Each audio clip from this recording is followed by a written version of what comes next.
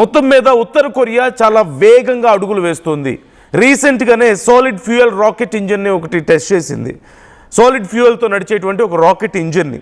ఈ ఇంజిన్ దాదాపుగా 2500 kilo Newton థ్రస్ట్ని ఈ ఇంజిన్ ఇవ్వగలుగుతుంది.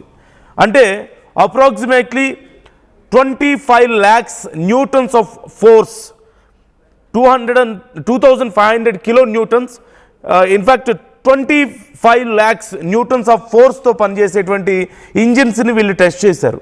సో ఖచ్చితంగా ఇప్పుడున్నటువంటి మోడర్న్ వార్ఫేర్లో ఇది వన్ ఆఫ్ ది స్ట్రాంగెస్ట్ ఇంజిన్గా చెప్తూ ఉన్నారు. ఈ నేపథ్యంలో ఇలాంటి ఒక శక్తిని కూడగట్టుకోవడం చాలా కీలకమైనటువంటి అప్గ్రేడ్గా మనకు తెలుస్తుంది. చాలా ఈజీగా మిజైల్స్ని లాంచ్ చేసే అవకాశం ఉంటుంది దీని ద్వారా. అట్ ది సేమ్ టైం ఇంత వేగంతో, ఇంత థ్రస్ట్తో మొదలైనటువంటి ఆ మిజైల్స్ చాలా వేగంగా వెళ్తున్నప్పుడు వీటిని గుర్తించడం కూడా కష్టం అని చెప్తున్నారు. సో రాడార్స్ కళ్ళు గప్పి ఏకంగా అమెరికా భూభాగాన్ని రీచ్ అవ్వగలిగేటువంటి కెపాసిటీ వీటికి ఉంది అంటూ కూడా చెప్తున్నారు. ఈ నేపథ్యంలో సో వార్ రెడీనెస్కి ఉత్తర కొరియా సిద్ధమవుతున్నట్లుగా కనపడుతుంది.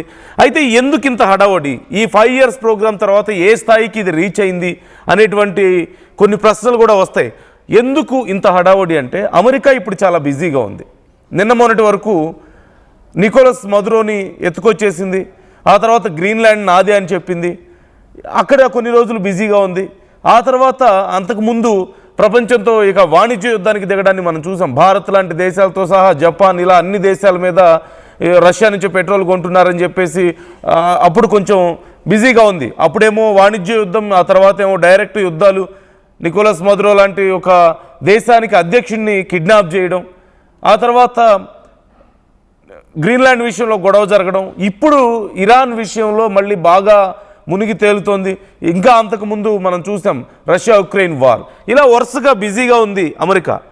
దానికంటే ముందు ఉత్తర కొరియాను బెదిరిస్తూ ఉండేవాడు ట్రంప్.